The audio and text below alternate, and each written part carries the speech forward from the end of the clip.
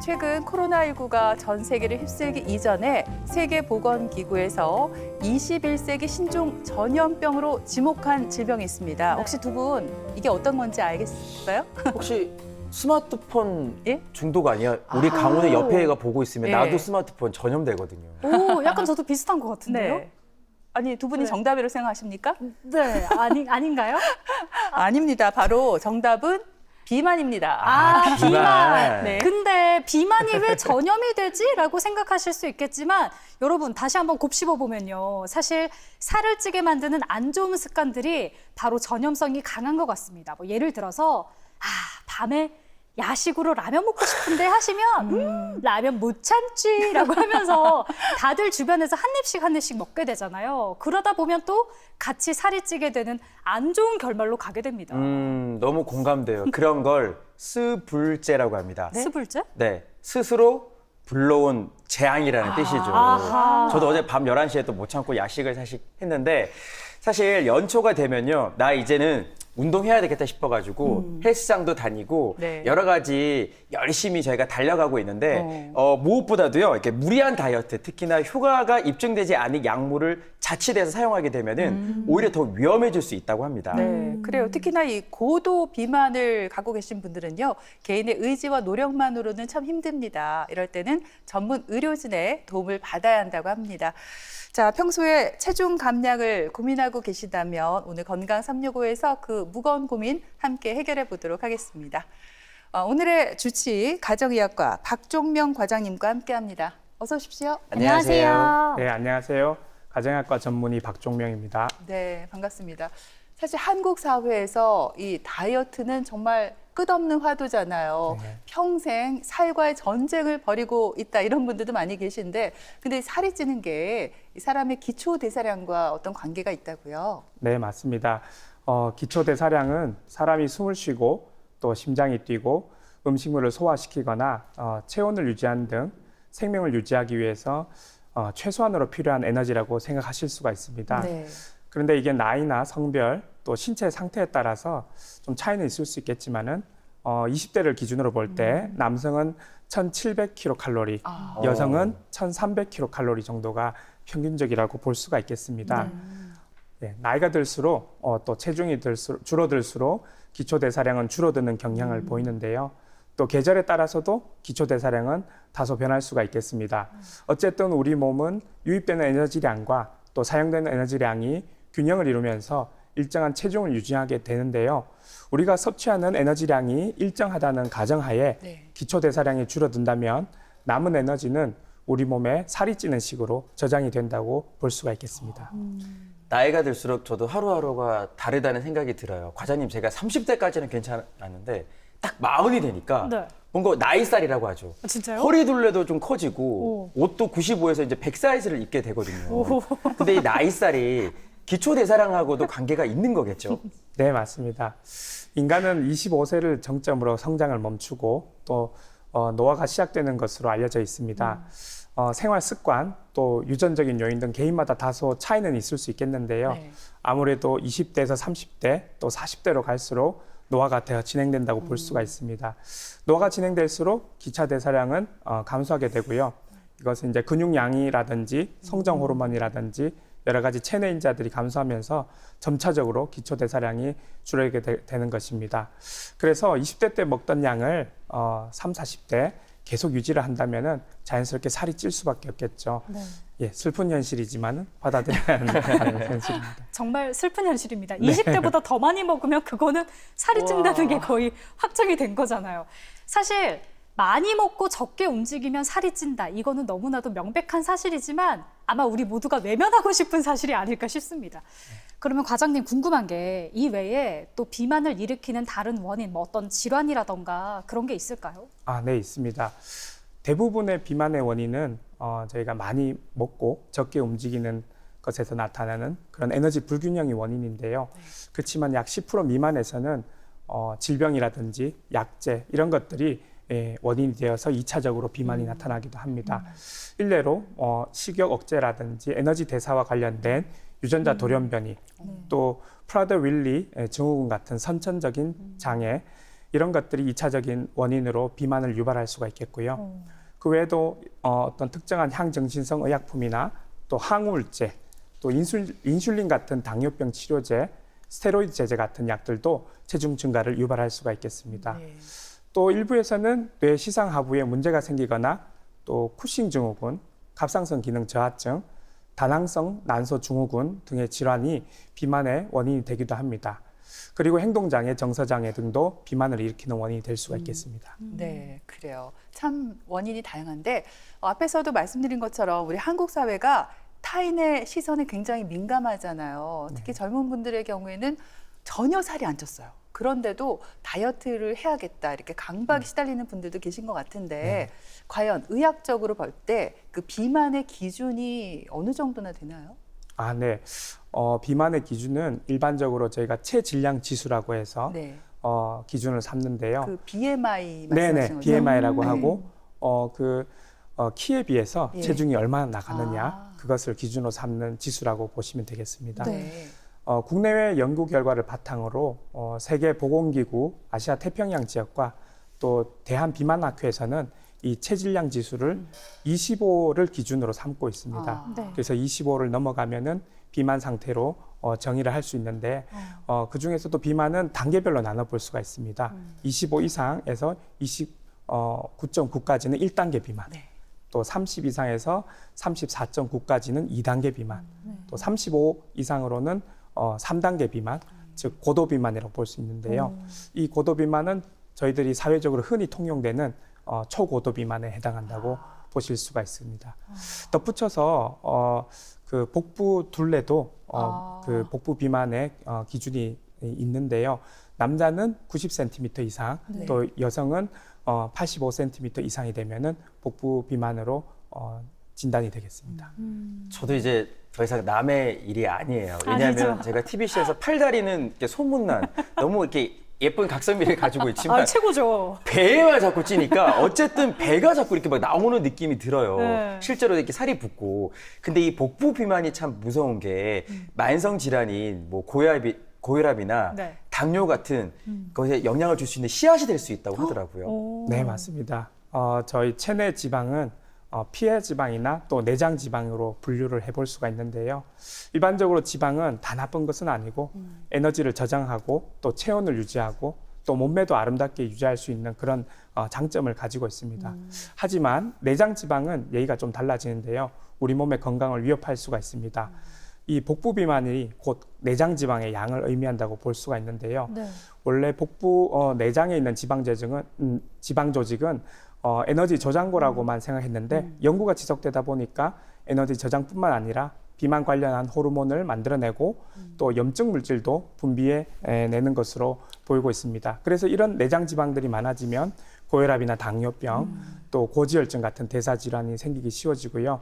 이러한 대사 질환이 지속되고 또 심해지면은 심뇌혈관 질환의 발생 가능성을 더욱 높이게 되는 것이죠. 네. 그래서 우리가 뱃살을 빼야 하는 이유가 여기에 있다고 볼 수 있습니다. 그렇군요. 네. 아니 근데 앞에서 이제 1단계 비만, 2단계 비만, 그리고 고도 비만을 얘기를 해주셨는데 네. 사실 고도 비만으로 넘어가게 되면 이게 본인의 의지와 노력으로 어떻게 해결하기가 좀 어려울 것 같거든요. 네. 이럴 때는 더욱더 전문 의료진의 진료가 필요할 것 같아요. 네, 맞습니다. 사실 진료실에서 만날 수 있는 대부분의 비만 환자들이 대체로 체질량 지수가 30 전후가 되는 1단계 혹은 2단계 비만 환자들인데요. 간혹 체질량 지수가 40 혹은 50 그 이상 되는 환자들이 내원을 하기도 합니다. 네. 제가 경험한 바로는 이런 분들은 그 사회적, 경제적 고립 상태에 있거나 혹은 우울 장애로 인해서 상당히 어려운 삶을 지탱하고 있는 경우가 많이 있는데요. 스스로 체중 감량하기가 굉장히 어렵다고 볼 수가 있겠습니다. 또 소아청소년기에 여러 가지 심한 스트레스 환경에 놓인 경우도 있었고요. 또 희귀 선천성 질환인 프라더-윌리 증후군 같은 선천성 장애를 가진 경우도 있었습니다. 그래서 이런 경우에는 본인 스스로 체중을 감량하기가 쉽지 않을 뿐더러 또 일반적인 상황과는 다르게 접근을 해야 되기 때문에 무엇보다도 진료실에서 자세한 그런 병역 청취가 중요하다고 볼 수가 있겠습니다. 그리고 고도 비만의 경우에는 식단이나 운동 또는 생활 습관 교정, 약물 치료 로 인한 체중 감량이나 유지에 제한이나 어려움이 있습니다. 그래서 이런 경우에는 수술적 요법을 고려하기도 하는데요. 이 경우에는 비만 대사 수술과 관련된 전문 의료진의 도움이 필요하다고 볼 수가 있겠습니다. 네. 비만은 정말 여러 가지 합병증을 유발해서 건강 수명을 줄이기도 하지만 그 대인관계, 자존감 측면에서도 안 좋은 영향을 주잖아요. 네. 특히 20, 30대 사회생활을 시작하는 나이에는 이런 문제가 더 심각하게 부각될 수가 있을 것 같아요. 네, 맞습니다. 비만으로 인해서 발생할 수 있는 합병증을 생각해 보면은 네. 고혈압이나 또 이형 당뇨병, 또 이상 지질혈증, 그 외에도 통풍이나 관절염, 심혈관 질환, 또 암 발생의 위험을 높일 수가 있겠고요. 또 사망률도 높일 수가 있는데요. 이런 것뿐만 아니라 또 외모에 대한 자신감을 떨어뜨리고 또 자존감도 저해하고 타인과의 관계 형성에도 어려운 경우가 많이 있습니다. 네. 이런 부분은 말씀하셨다시피 2030 젊은 분들에게 영향을 더욱 크게 미칠 수가 있습니다. 안타깝게도 최근 10년 동안 우리나라 비만 통계 분석을 보면은 전반적으로 비만 유병률이 증가하고 있고요. 특히나 20, 30대 젊은 층에서 비만 유병률이 증가하고 있어서 국내에서 이제 공중보건학적으로 또 정책적으로 개입이 더욱 필요하지 않나 생각이 됩니다. 그 말씀을 듣다 보니까 다이어트가 그런 것 같아요. 네. 단순히 살을 많이 뺀다고 중요한 게 아니라 일단은 내 몸의 상태를 정확하게 알고 좀 체계적으로 치료도 받고 또 효과적인 다이어트 방법이 필요한데 병원에 가면 이런 거를 또 도와주신다고 들었어요. 예, 물론입니다. 맞습니까? 예, 맞습니다. 저희 물론 이제 그 비만 진료를 보시는 다른 훌륭한 선생님들이 많이 계시지만은 저희 대구병원 가정의학과 비만 클리닉에서는요. 첫 진료에 일단은 많은 시간을 할애하고 있습니다.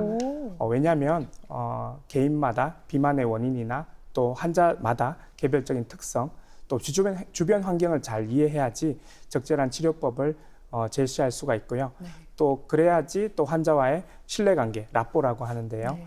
잘 형성될 수 있다고 생각하기 때문입니다. 그래서 비만 초진은 거의 대부분 예약제로 진행이 되고요. 초진에는 길게는 거의 30분가량 소요가 되기도 합니다. 네. 또 필요시에는 비만의 원인 파악과 동반질환 감별을 위해서 혈액 검사 등을 시행하기도 하고요. 치료는 우선 목표 기간 동안 목표 체중을 설정하는데요.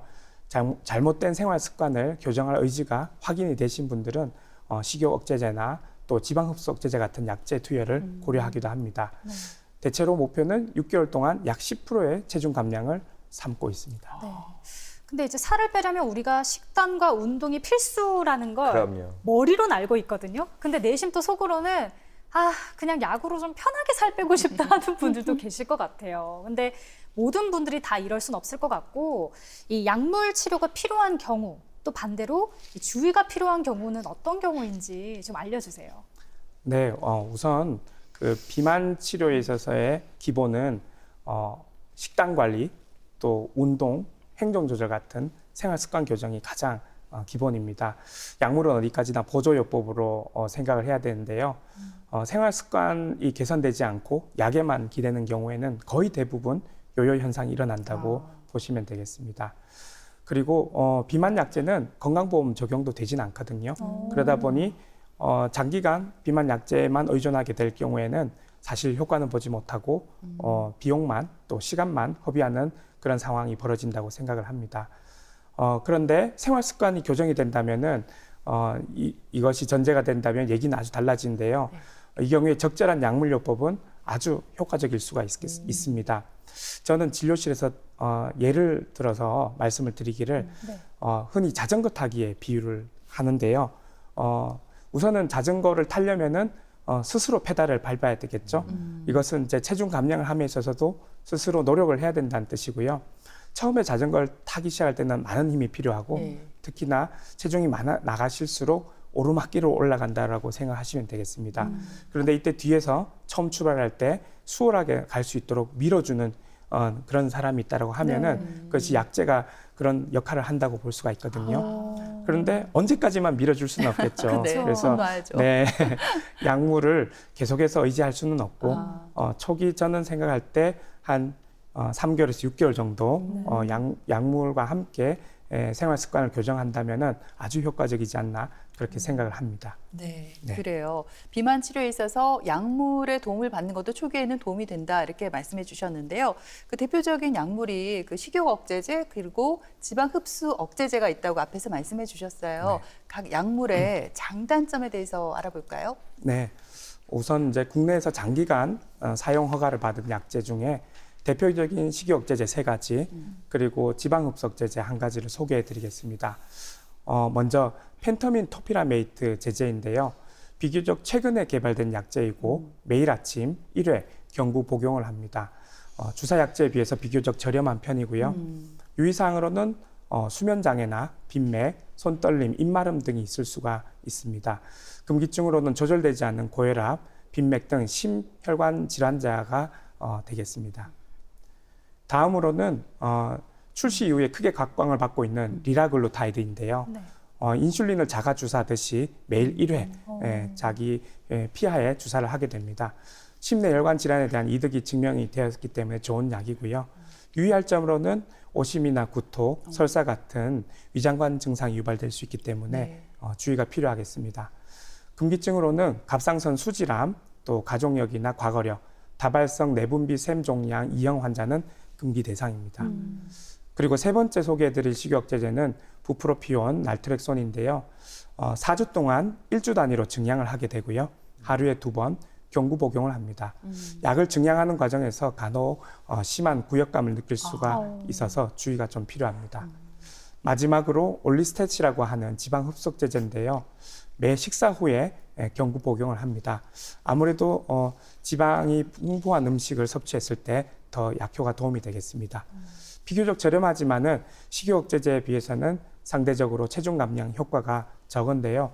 복용 초기에 지방변이라든지 잦은 방귀 등이 있을 수 있어서 유의가 필요하겠습니다. 약은 그냥 약으로만 그냥 사용을 해야 되지 너무 의존해서는 안 될 것 같아요. 맞아요. 네. 제 주변에도 과장님 다이어트 하는 분들이 있는데 너무 두려워하는 게 바로 요요 현상이더라고요. 네. 10kg을 뺐는데 갑자기 네. 어느 날 봤더니 20kg이 찐 거예요. 이럴 바에는 그냥 먹자. 막 드시던데 실제로 환자들이 걱정 많이 하시죠. 맞습니다. 네. 정도의 차이가 있지만은 특히나 빠른 시간 안에 다이어트를 하신 분들은 대부분 요요 현상을 경험하는 것 같습니다. 특히 그 다이어트 시에 앞서 말씀드린 대로 생활 습관이 교정이 되지 않는다면은 대부분 요요 현상을 경험할 수밖에 없는데요. 많은 시간과 비용을 들여서 살을 뺐던 게 다시 찌게 되니까 굉장히 허탈한 상황이 되는 거죠. 그래서 요요 현상을 최소화하기 위해서는 너무 욕심을 부리지 마시고 6개월에 걸쳐서 서서히 체중을 감량하는 게 중요하겠고 약 5에서 10% 정도 본인 체중에서 감량을 하시면 되겠습니다. 그리고 반드시 식단 개선, 운동, 또 행동 개선, 생활 습관 교정이 필요한데요. 감량 후에도 안심하지 마시고 한 1년 동안은 지속해서 그 유지되는 그 생활 습관을 가지는 것이 또 필요하겠습니다. 그럼 이제 비만 치료의 가장 마지막 단계인 수술 이야기를 한번 해보려고 합니다. 사실 살 빼는 건 의지의 문제다 이렇게 보는 경향이 또 있는데 그러다 보니까 살을 빼려고 꼭 수술을 해야 되나? 이런 좀 부정적인 인식도 한편으로는 있더라고요. 네, 맞습니다. 네, 사실 수술이라고 하면 누구라도 반가워할 사람이 없을 텐데요. 네. 네, 마취라든지 내 몸에 칼을 댄다는 것은 그래 유쾌한 일이 아닐 것입니다. 그런데 또 인간이란 존재는 최대한 또 합리적이고 또 효율적인 것을 추구하지 않습니까? 그래서 단점이나 위해성에 비해서 장점이나 유익성이 더 크다면은 수술적인 요법도 고려해 볼 수가 있겠습니다. 보통 1단계나 혹은 2단계 비만에서는 생활 습관 교정이나 약물로 체중을 감량하는 것이 가능은 한데요. 체질량 지수 35 이상의 고도 비만에서는 이러한 방법으로 살을 빼기에는 좀 한계가 있다고 볼 수 있습니다. 그리고 많은 시간과 비용을 필요로 하겠죠. 현실적으로 이런 어려움들이 있는데요. 이때 우리는 수술적인 치료를 고려해 볼 수가 있겠습니다. 대한비만학회에서 최근 제시하고 있는 수술 적응증이 있는데요. 바로 체질량 지수가 35 이상 고도 비만이거나 혹은 30 이상이더라도 당뇨병, 고혈압 등 비만 관련 합병증을 동반하고 있는 경우입니다. 또한 그 비술적인 치료로 혈당이 조절이 잘 되지 않는 제2형 당뇨병 환자의 경우에는 체질량 지수가 27.5 이상이더라도 수술 적응증이 될 수가 있겠습니다. 네, 그렇군요. 이 비만 수술은 얼핏 듣기로 위를 좀 잘라내는 수술이다 이렇게 들었거든요. 근데 예전에 고 가수 신해철 씨의 경우에도 뭐 의료 사고이긴 합니다만 이 위절제 수술을 받다가 어떻게 사망을 했잖아요. 위험성에 대한 우리가 걱정을 안 할 수가 없을 것 같아요. 네. 네, 그 우선 고 신해철 씨의 경우에는 위밴드 수술을 받은 것으로 알고 있는데요. 공교롭게도 신해철 씨가 비만 수술을 받았을 때는 기존의 수술의 후유증인 장유착 수술을 받으러 갔다가 동시에 위밴드 수술을 받으신 것으로 보입니다. 예. 사망 원인은 소장 및 심낭 천공에 의한 폐혈증으로 알려져 있고요. 이것은 위밴드 수술의 합병증으로 보기에는 좀 무리가 있어 보입니다. 어쨌든 이 사건을 계기로 비만 수술에 대한 관심과 우려가 많이 커진 것은 사실인데요. 요즘 비만 수술의 최신 경향은 위밴드 수술보다는 위소매절제술이라고 하는 방식이 있습니다. 네. 안정성에 대한 우려가 없을 수는 없지만은 상당 부분 해소가 되었기 때문에 전문 의료진 상담 후에 충분히 고려해 볼 수 있는 치료법이라고 생각합니다. 그렇군요. 근데 수술이 꼭 필요한 경우도 있지만 사실 많은 분들이 비용을 걱정하지 않을 수가 없어요. 네. 특히나 이 비만 대사 수술 시에도 비용이 좀 비쌀 것 같은데 혹시 의료보험, 건강보험이 적용되나요? 네, 우리나라는 2019년도부터 대사 비만 수술에 건강보험을 적용하고 있습니다. 대한비만학회에서 제시하고 있는 수술 적응증과 조건이 동일한데요.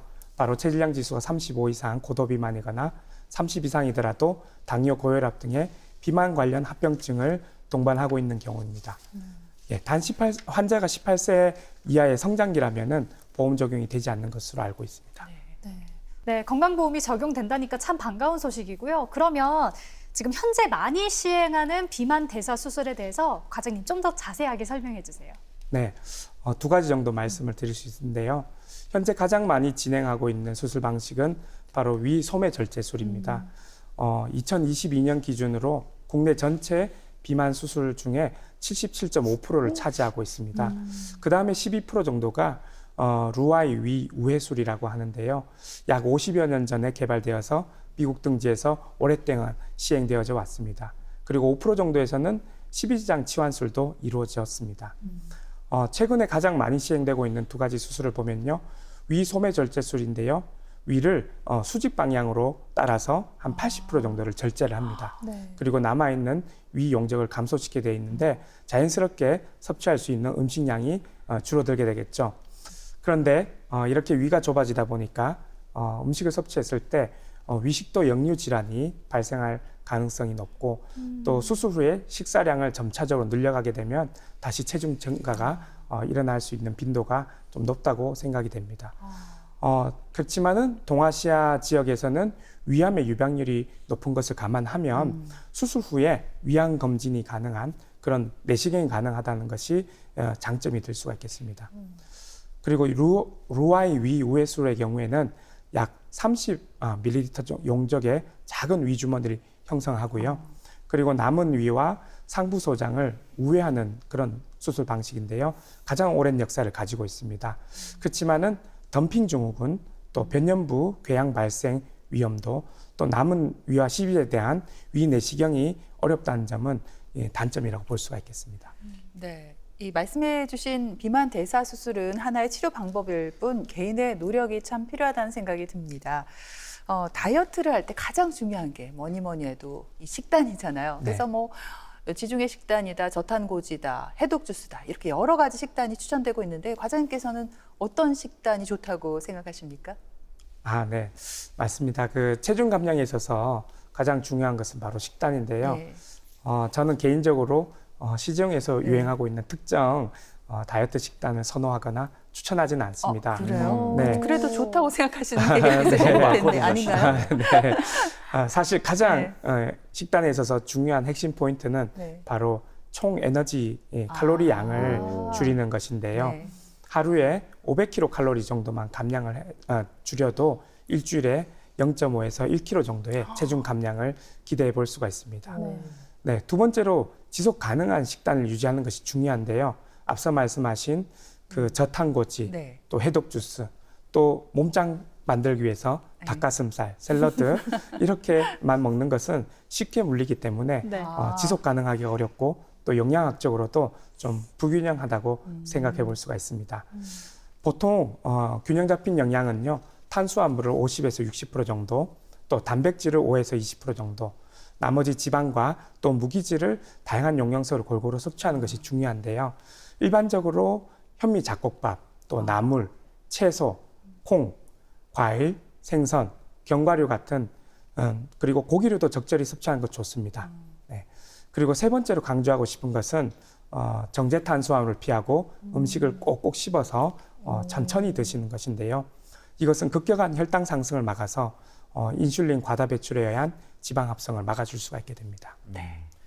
정제 탄수화물 이야기가 나오니까 안 그래도 다이어트 할 때 가장 생각나는 게 사실 탄수화물이거든요. 맞아요. 라면에 밥 말아 먹고 너무 빵 맛있죠. 먹고 과자 먹고 막 아이스크림 먹고 싶은데 이러면 안 되잖아요. 안 되죠. 근데 이야기가 다 다르더라고요, 과장님. 누구는 탄수화물 절대 안 돼. 누구는 적당히 먹어야지. 누구 말이 맞습니까? 누구 말이 맞아요? 네, 탄수화물에 대한 오해를 먼저 짚어갈 필요가 있겠는데요. 우선은 탄수화물은 우리 몸에 없어서는 안 될 정말 중요한 영양소이고요. 특히 우리 몸에서 가장 중요한 기관이라고 할 수 있는 뇌는 탄수화물의 기본 단위인 포도당을 에너지로 사용을 하고 있습니다. 네. 그래서 탄수화물 섭취를 하지 않으면 우리 뇌가 심각한 타격을 받을 수밖에 없고요. 실제로 당뇨병 환자, 특히나 인슐린 사용하는 그런 환자들의 경우에 저혈당 쇼크에 오래 방치가 된다면은 비가역적인 뇌 손상도 입을 수 있기 때문에 탄수화물은 우리 몸에 있어서 굉장히 중요하다고 볼 수가 있겠습니다. 그런데 정말 우리가 조심해야 될 부분은 바로 정제 탄수화물입니다. 네, 자연에서 얻어진 그런 곡물들을 가공하거나 또 가루로 만들어서 다시 반죽하거나 또 인공적으로 단 음식들을 만든 것을 의미하는데요. 대표적인 정제 탄수화물은 우리가 가장 많이 먹고 좋아하는 백미, 또 라면, 국수, 짜장면 등의 면 종류 음식, 너무해요. 네, 그리고 빵, 떡, 탄산음료, 과일 주스 등 이런 것들이 여기에 해당이 됩니다. 네. 아예 안 먹을 수는 없는데요. 가급적 지양해야 될 음식들이고요. 이러한 음식들은 비만뿐만 아니라 고혈압, 당뇨, 또 고지혈증 등 대사질환의 위험에도 위험 요소가 된다고 볼 수가 있습니다. 네.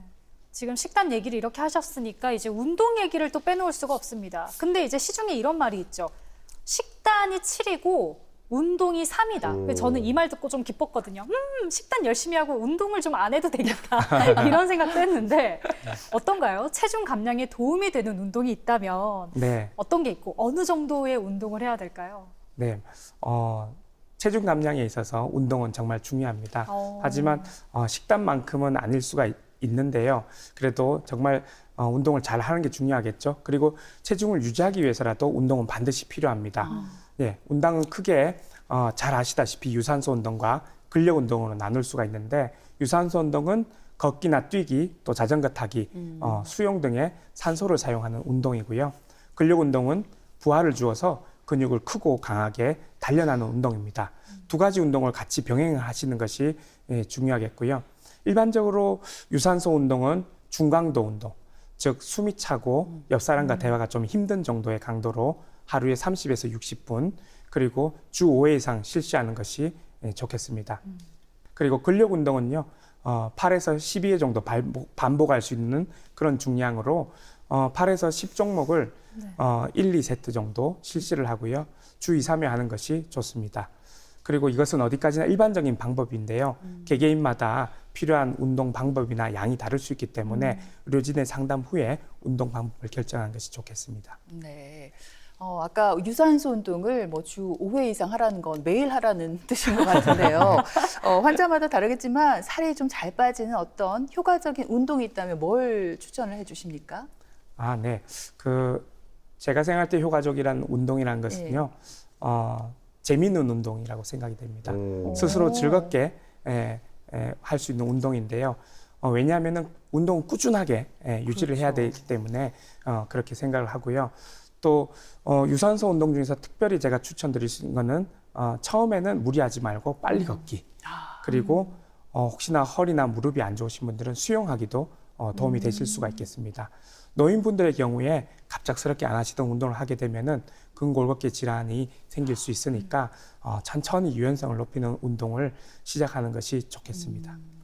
사실 건강을 위해서는 꾸준한 습관을 길들이는 게 참 중요하잖아요. 근데 제가 듣기로는 과장님, 대구의료원에서 시민들이 누구나 와서 자신의 몸 상태를 체크할 수 있고 또 체력을 기를 수 있는 건강 놀이터가 운영된다고 들었어요. 맞습니까? 네, 맞습니다. 현재 대구의료원에서는 공공위탁으로 운영하고 있는 대구광역시 시민건강 놀이터가 있는데요. 안내를 잠깐 말씀드리겠습니다. 네. 장소는 청라운동역 9번 출구 인근에 동산빌딩 1, 3층에 위치해 있습니다. 1층은 주로 어르신들을 위한 공간으로 영양 실습이나 운동 교육이 이루어지고 있고요. 3층에서는 전문적인 영양 및 운동 상담이 이루어집니다. 그리고 건강과 관련된 다양한 강좌들이 마련되어 있습니다. 특히 지금 슬기로운 비만 관리라고 해서 비만에 대한 특별한 프로그램을 운영하고 있으니까 필요하신 분들은 많은 도움 받으시기 바랍니다. 네. 그럼 뭐 대구 시민 누구나 이용할 수 있는 거죠? 네, 누구나 이용하실 수가 있고 네. 예약을 잘 하시면 될 것 같습니다. 그래요. 네. 자, 무엇보다 환자의 꾸준한 의지와 관리가 필요한 게 이 살과의 전쟁이 아닌가 싶어요. 끝으로 비만과의 전쟁에서 이길 수 있는 방법, 우리 비만으로 고민하고 있는 분들을 위해서 당부 말씀 좀 부탁드릴게요. 네, 우선 그 적절한 체중 관리를 위한 여정이 참 쉽지는 않은데요. 포기하지 않고 꾸준히 나아간다면 누구라도 성공할 수 있다라고 확신합니다. 그리고 이를 위해서 우리 대구의료원과 또 시민건강 놀이터에서 여러분들에게 많은 도움을 드리고자 하니까 많이 찾아주시고 도움을 받으셨으면 좋겠습니다. 네, 알겠습니다. 지금까지 가정의학과 박종병 과장님과 함께했습니다. 오늘 말씀 잘 들었습니다. 고맙습니다. 고맙습니다. 감사합니다.